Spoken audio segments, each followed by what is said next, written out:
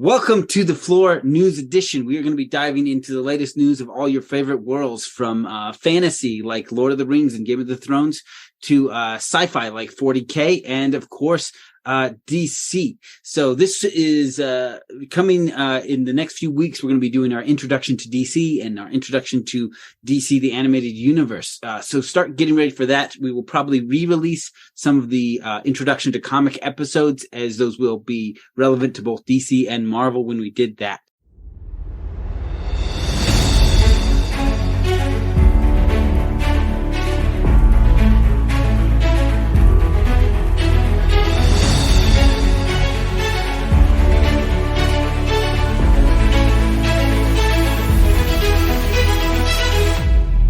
Do you remember the first story that was so spellbinding that it drove you to break the rules and stay up all night?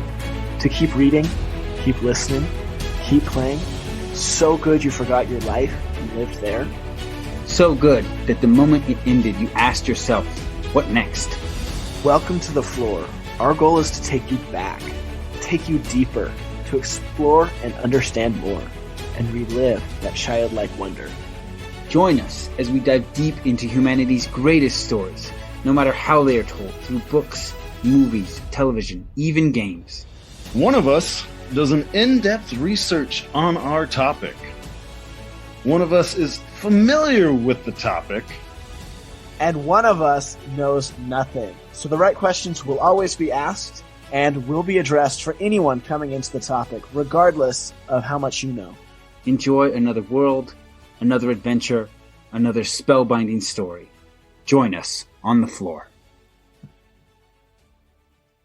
For the moment, let's dive into probably the biggest controversy, which is Witcher. There is a lot going on in the Witcher universe. Blood Origins dropped in late December and blew up. It tanked hard in the ratings, scoring 8% with audiences. It was a mess. So as a lot of people pointed out, there was a lot of debate about what we might get with Blood Origins, but what we ended up getting was just a random fantasy story with like 2 events tacked on to claim that it was part of the Witcher world. It did not follow Witcher lore. It was not very much in the they got the monsters wrong? And like vein of the Witcher. I mean, it essentially changed some of the Witcher lore pieces, because Witchers, we know, were humans who were transformed into Witchers by human mages at the College of Rissberg. And in Blood Origins, Witchers were elves long before the conjunction of spheres.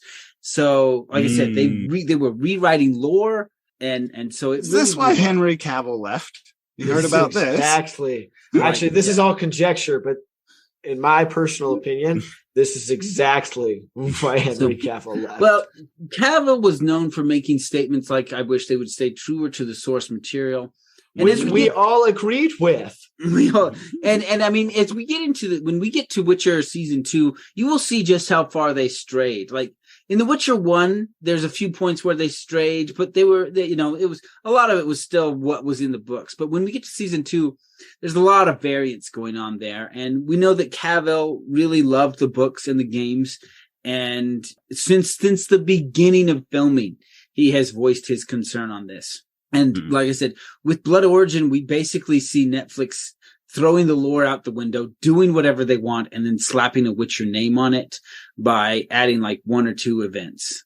Gotcha. So now we do know that there is a spinoff for Cirilla and the Rats. And the question is, after the blow up of Blood Origin in Netflix face, will that continue? And a lot of the fans of The Witcher are frustrated. I think this is to come back to Henry Cavill's point about sticking to the source material, is that is what the fans love. And when you vary from that for whatever reason, you can turn away those fans. And so if I may, the Witcher books and the Witcher games came out because the books were adored. And the games were slightly different than the books, but they still had that heart and soul feel to it. Yeah. Still had that DNA to it. Yes. And they added their own twist. So it wasn't the exact same. It was like how in DC you have Superman, but you also have Superboy, who's half Superman because he's his clone. but he's still unique. Mhm. So I just want to talk about my universe for a second. Okay. And So I mean, there's a lot of question. We will get The Witcher season 3, and we will see how that goes this year. With the huge success of season 1 of The Witcher, it looked like this was going to be Netflix's Game of Thrones, just very successful, branching fantasy, spawning spin-offs, but then with the first spin-off, Blood Origins, it just blew up in their face. Well, to wrap up my point before you kindly let me get some air, was that what I was talking about is you had the books, the movies, and the first season that was adored because they stuck close enough to keeping that DNA. They had a guaranteed fan base. Yeah. And they decide to go off on something they thought might be good, but they had no data to prove it. And that's where I think. And now they do. Yeah. Now they've got data. So the question now at this point is, what are they going to do with that data they just got? Yeah. Mm-hmm. So the Netflix Witcher universe is, we don't know what's going to happen, how things will go. There is promise that season 3 will be truer to the books and the games, but we'll see how that goes. So another point of information in the Witcher world is the game had a really big update, but this was graphical, moving to next-gen graphics, introducing some other things. Some of these features will be specific to the PlayStation, and the Xbox won't be getting all of them. And then, of course, if you play PC, you can have everything. So, yeah, so that was a big thing. And the people who said it was a beautiful game before, and now it is just stunning. So what you're telling me is I should probably play it just for work reasons. For work reasons. So, yeah, so that's there. Moving into D&D, there is a licensing crackdown. So there's a lot of stuff that is, I guess, kind of free use within the D&D stuff, but they do want reporting now. If anybody is using this D&D supplementary materials, the D&D name, any of that. And then if you cross the $750,000 line, they want to cut. And so that was a big announcement coming from D&D, is that crackdown on licensing and required reporting and different things like that. And so like this would include like Vox Machina, right? Vox Machina, I believe, is like directly licensed. So I think this is really coming down to like the DMs Guild, right? Where as a whole, that website and organization is bringing in a lot of money from, just homebrew stuff being posted up there and whatnot. And so I think that's probably the biggest name that's going to come up in this crackdown, but there are definitely going to be others. So, and then of course, there were 5 proposed game in early development using D&D mechanics and rule sets that have been canceled. However, Baldur's Gate 3, it will be coming out this August. The finished version, not betas, not testing, but like Baldur's Gate 3, August 2023 is what we're looking at. So, okay. We've got a new D&D book, A Brawler, Bandit, Brigand, Bard, with a host of NPCs for people to use, just extra material there, pre-created detailed NPCs. And then we have Vox Machina Season 2 coming out January 20th, and Amazon has ordered 2 more seasons of the Critical Role show. We're not talking about Vox Machina on the show. Like I get to watch it when it comes out. You can watch it when it comes out. So, okay. Game of Thrones. So HBO has a developer, which is Starling Inc. And at one point they had 8 Game of Thrones projects listed as in development, and that has been reduced to 2, which is House of the Dragon and Dunk and Egg. And so we don't know what that means for the Jon Snow spinoff, for the House of the Baratheon. It's very possible that these have been moved to other developers, but it's also possible that these have been canceled. Wait, real quick, what's a Dunk and Egg? So Martin wrote a novel, which is intended to be a series about a hedge knight named Dunk and his squire named Egg. I've read it. Okay. The first probably chapter and a half, you're like, this just feels like stock fantasy. And then it becomes a George R. R. Martin book and is fantastic after that moment. Right? Okay. Stick around for chapter and so, 2. yeah, so Dunk and Egg, I'm excited to see. I love the book. It was great. Like, I definitely neglected projects while I was reading it because it really pulled me in. All right. That's a good review. Yeah. It's good to hear. So We got an update from George R. R. Martin on The Winds of Winter. He's saying is about 75% done, but who knows what that means, right? It's been years and years since we have heard from that. And then in nothing new in Lord of the Rings, Brandon Sanderson, there was a scam giveaway on Facebook where they were just collecting users' data for a giveaway for one of his newer books. He announced that it's a scam, but these may pop up more often. But the point is, if you see a giveaway for his books, check his website. Just because there've been this scam has popped up. And if you might need to go check your stuff if you've recently clicked on a giveaway. If you've recently submitted for a giveaway for a Brandon Sanderson book. I'll be right back. And that's it for my universes. For my universes, first off, I want to go over things I was wrong about last month. I mentioned 2 posters for the TV series and the movie for Aliens coming out. I don't think they're real. I've been hoodwinked by the internet. Curse the internet for your misinformation, but also thank you for the exercise in how to prove to oneself what is real. Moving on, I'm going to talk about Henry Cavill, aka Geralt Clark Kent. He has stepped away from both of these roles. He's dabbled both in fantasy and superheroes. He left my universe. He left Joe's universe. And he has come to my side of the floor. Come back, Henry! Like a love triangle over here. And in his own words, is a lifelong goal of his. He worked with Amazon, Game Workshop, and Vertigo. And he is going to get to create his first live-action TV series in the Warhammer 40K universe. Okay, I'm not even mad. This is producing and starring as a space marine. I assume working for the Imperium with an oath to Sigmar. This will be a TV series that will be coming out. And when they went to go buy the rights for this, They didn't just buy the rights for what they needed for this TV series. They bought all the rights. Whoa. And so Amazon now owns 40K. They are like, we are going to launch a franchise here. Henry Cavill, will you be our shepherd? Yeah. Okay, just make sure that whoever the writers are understand Henry Cavill is above you. I don't care what your title is. Because if you ruin another universe with Henry Cavill carrying your bad writing, like they all get these chips on their shoulder because their show's doing well. It's like, no, it's Henry Cavill is healing any miswriting. It's all good. Like the DC movie, like the Man of Steel was so dark, but that was the best live action Superman I think most people have ever seen. It was pretty good. It was solid. I agree. It was just a little insanely dark for, the Boy Scout, the Man in Blue. Mm-hmm. Yeah. So, on the radar for more 40K stuff that we might be getting is Frank Spotnitz, known for producing the TV series of X-Files and Man in High Castle.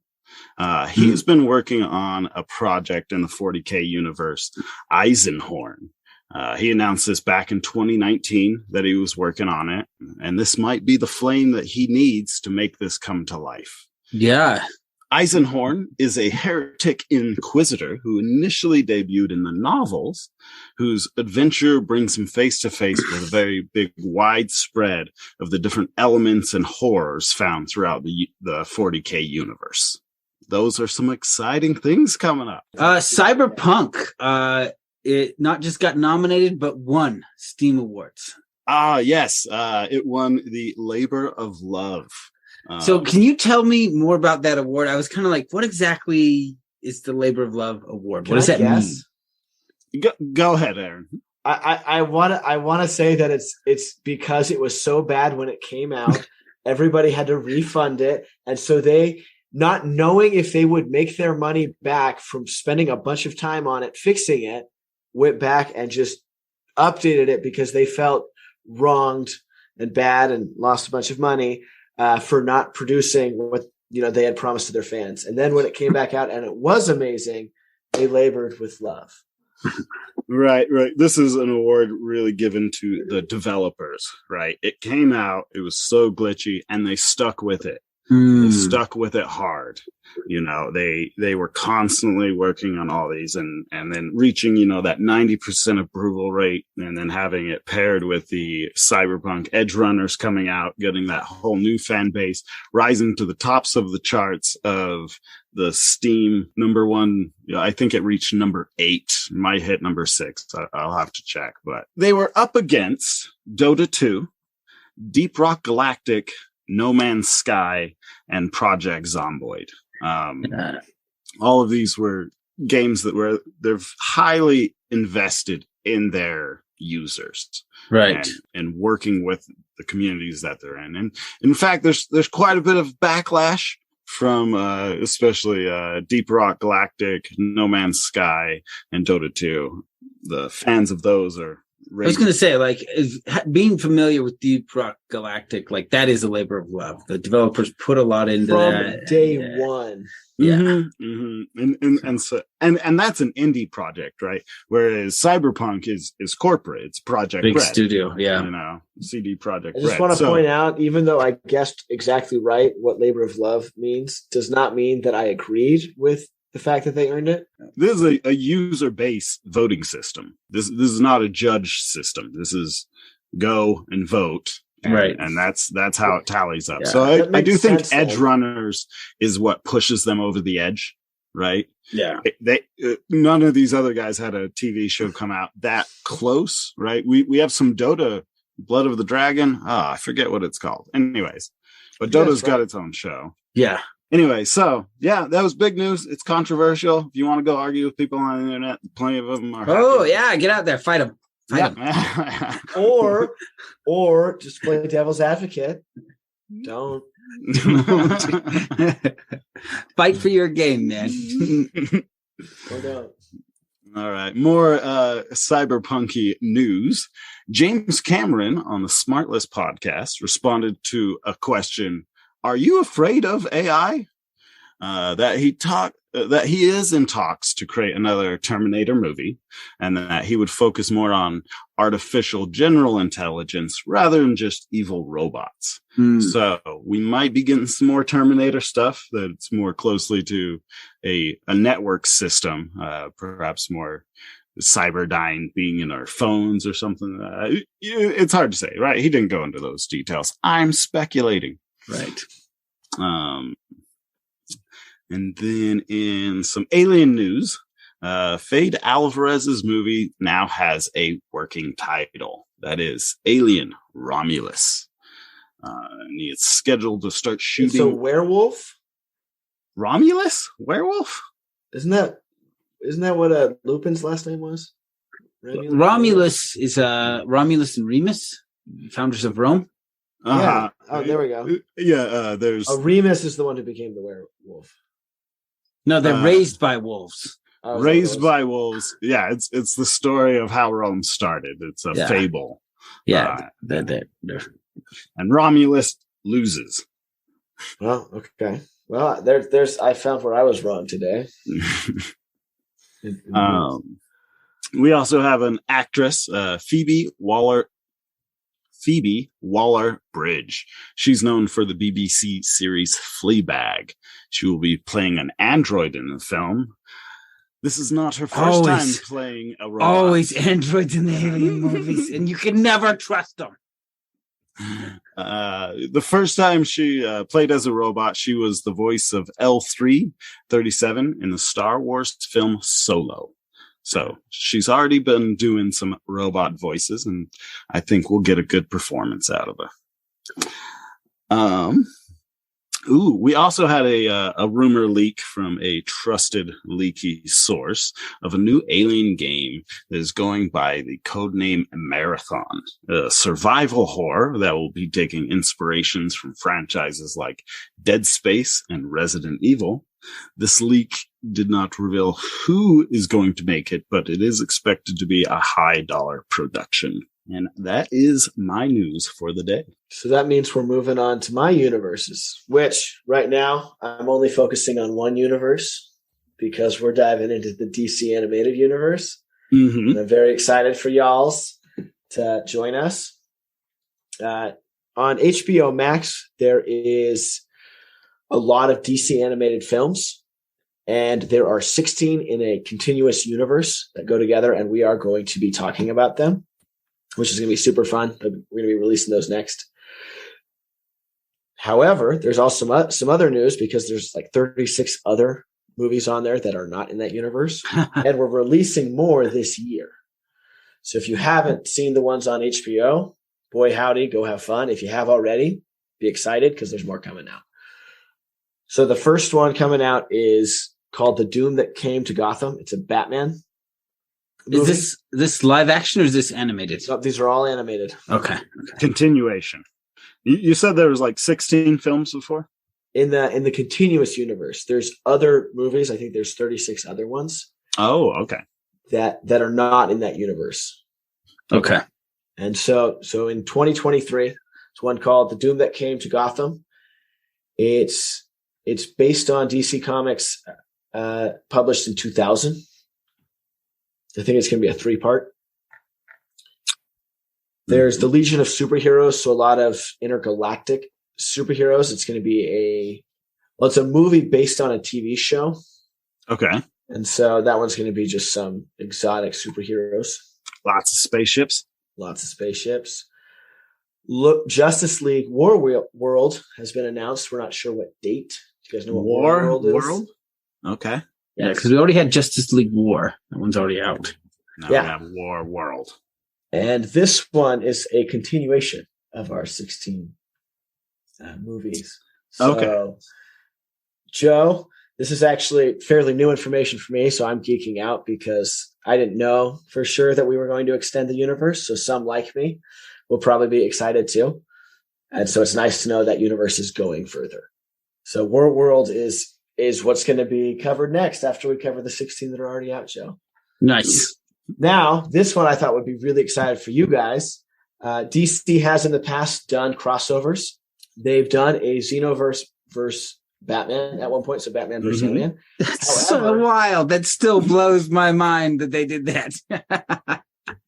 They're producing a RWBY, Justice League TBA 2023, so they're going to be a DC versus. What was that code you just spit it Red, out? white, blue, yellow.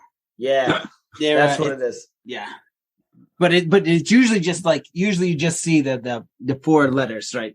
RWBY, and it's an anime group of girls who kill stuff. I think is about all I know. Yeah, so they're teaming up with that, and so it's going to be an anime. I knew you guys would like that. Yeah. Okay, and this one I think may be amazing. It's going to be a Batman Azteca. So it's going to be Batman's story, but with the Aztecs style. With their own twists. So that one I'm very excited for. And that's all the news I have. All right.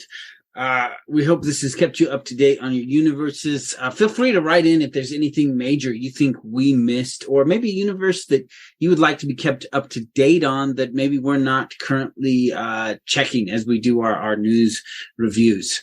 As always, thanks for listening, and we'll catch you next time. Take care. Appreciate you. Thanks for listening. Leave us a review. Tell us why you like listening to us. Is it our awesome deep dives? Is it our amazing back and forth? Is it our charming good looks? What would you like us to add or change? You can put that in the review as well. We read reviews. Yeah, and if you're going to be leaving us a review telling us what you like about it, maybe you even want to share the content with your friends. Like and share on social media. You can join us on Twitter and Facebook. We post memes. And we actually started a Discord, so come play with us. So a lot of the worlds we cover have a retcon. If you're not familiar with that term, it's reconstruction. Or sometimes we might use a bad source for some of our lore research. And if that happens, feel free to email us at florefantasyandlore@gmail.com. That is Flore spelled Flore, fantasyandlore@gmail.com. And if you're angry enough, we'll read it on the air. Yes, we will. Also, the treasure room is now available. We have locked a few secrets for everything we cover in there. And each week, we add more. And you can find the treasure room on patreon.com. /Flore Fantasy and Lore. And how do you spell that, Aaron? That's lore with an F at the beginning. So it sounds like floor, but it's not the floor you're thinking because it's our floor. We hope you enjoyed your time on the floor. Think about your favorite part of the episode. Now, think about your nerdiest friend. Who is it? What is their name? They want to know about the floor. Stop holding out on them. Go and tell them about your favorite part. Because all of this is more fun together.